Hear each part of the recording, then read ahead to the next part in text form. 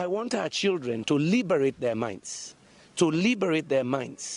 from this receivership mentality, aid-dependent mentality that somebody else has to come to Africa to solve our problems. That's not what I see in Asia. I've spent over 20 years now in the development field. The last 20 years going to Asia. When I go to Asia, I don't see a depressed Asia. I don't see Asians waiting for somebody to come, give them aid to solve their problem. No way. I see Asians thinking competitiveness, technology transfer, trade, and they're ready to be creative to compete. We are not the only ones who had conflict. Cambodia had conflict. Vietnam had conflict. In fact, in the 60s and mid-70s, they were referring to Cambodia, Vietnam, Laos, and others as basket cases. They recovered, they transformed, and today, yes, they're self-sufficient in food production. They're major industrial hubs for producing goods and services which are bought by rich OECD countries. What am I saying? None of us are destined to be poor. No nation is destined to have disease, disasters, and death only. It depends on the creativity and the determination of their people. And for us, the difference between us and many Asian countries is that God gave us everything. And you heard me talk about the Garden of Eden syndrome. And that is not from me. That's from Ali Mazrui back in 81. Because God gave us everything.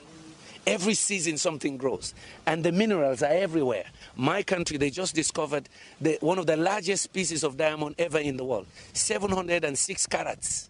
They just discovered it last week. God gave us everything. So somehow it seems our creativity died. Somehow it seems we are not as aggressive and ambitious as we're supposed to be.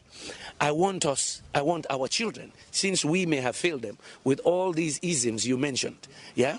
I want our children to believe that they can be a Bill Gates. I want them to believe that with all this God-given wealth, oil and gas, bauxite, iron ore, titanium, you name it, that in fact they can capture this 21st century. They're good as anybody. If I can leave poor Sierra Leone, that has been ranked at the bottom of the heap for almost 3 decades, we're amongst the 5 poorest. Back in 2008, we were the poorest of the poor, the lowest human development index. If I can defy that and go to such a level globally, it means any kid can do it. And I don't want anybody making our kids depressed, less creative. That's why I chose that topic. And Ghana, in particular, is a good choice, because you have led the way in many things. Your vision, in fact, of Kwame Nkrumah was 50 years before he's, ahead of time. But Ghana is in a position today, with your newfound wealth of oil and gas and your strong agricultural base, to say, fine, we show the rest of Africa what it means to be successful. That is very interesting. Frankly speaking, you've just mentioned oil. I was going to ask a different question, but I'll just touch it briefly and then we go back. In 2010, you were here. And that was the time that we started, this whole prospecting for oil and getting oil. And listening to you yesterday, you said, whilst on your way back, you wrote an article. And you were virtually reflecting over this, Dutch disease, whether oil could be a curse or indeed it is a curse. From 2010, today you are here. What reflections do you have? Well, let me put it in context. I had the privilege then. Kofi Annan had invited me, Excellency Kofi Annan, Ted Turner, the billionaire founder of CNN, and I was here with Andrew Young, one of the civil rights liberators in America. And yes, we visited Takoradi and I could see the oil rigs. But then we visited Elmina Castle, that used to be almost the capital of slave trade. And what dawned on me as I was coming back on the plane, I started this article, Defying the Garden of Eden Syndrome, which was published around the world a few months later. 2 things struck me. I say, here I am in Elmina Castle, when Africans were exporting their young between the age of 15 and 35 to the New World to give them energy to transform, to industrialize at that time. I say, now they discover oil and gas around the same location. You are in Elmina Castle, you can see the bay, right? I say, now we have oil and gas in Ghana.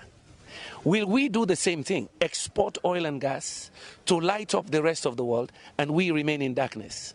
Yeah. Will we use oil and gas the same way we've done cocoa and coffee? You pick from the tree, Garden of Eden, you dry it and you export. You don't add value.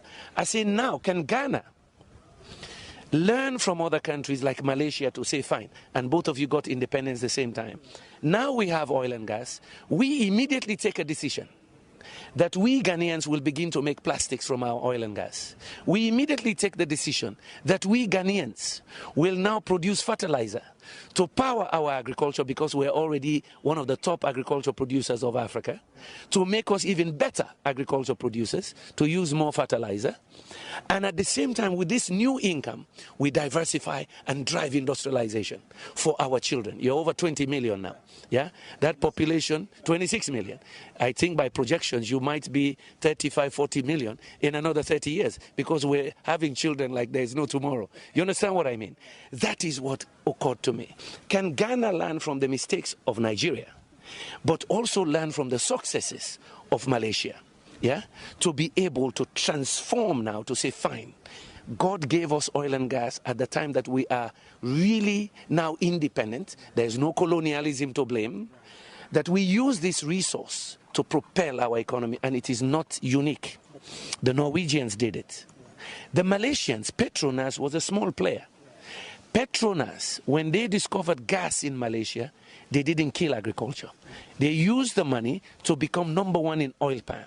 And some of that germplasm they got from Ghana. Yeah?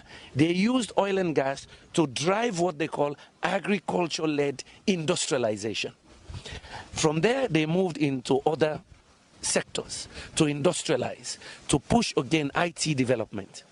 Can Ghana learn from a country where, when they had independence around the same time, they have more than quadrupled their economy, but for most of the 3 decades of Ghana, from the 70s to about the late 90s, the economy was shrinking or less, or performing less. Meanwhile, Malaysia was growing in bounds. So you learn from the mistakes of Nigeria, but you learn from the successes of Malaysia and others. That's what prompted. Come and say this with Salomo.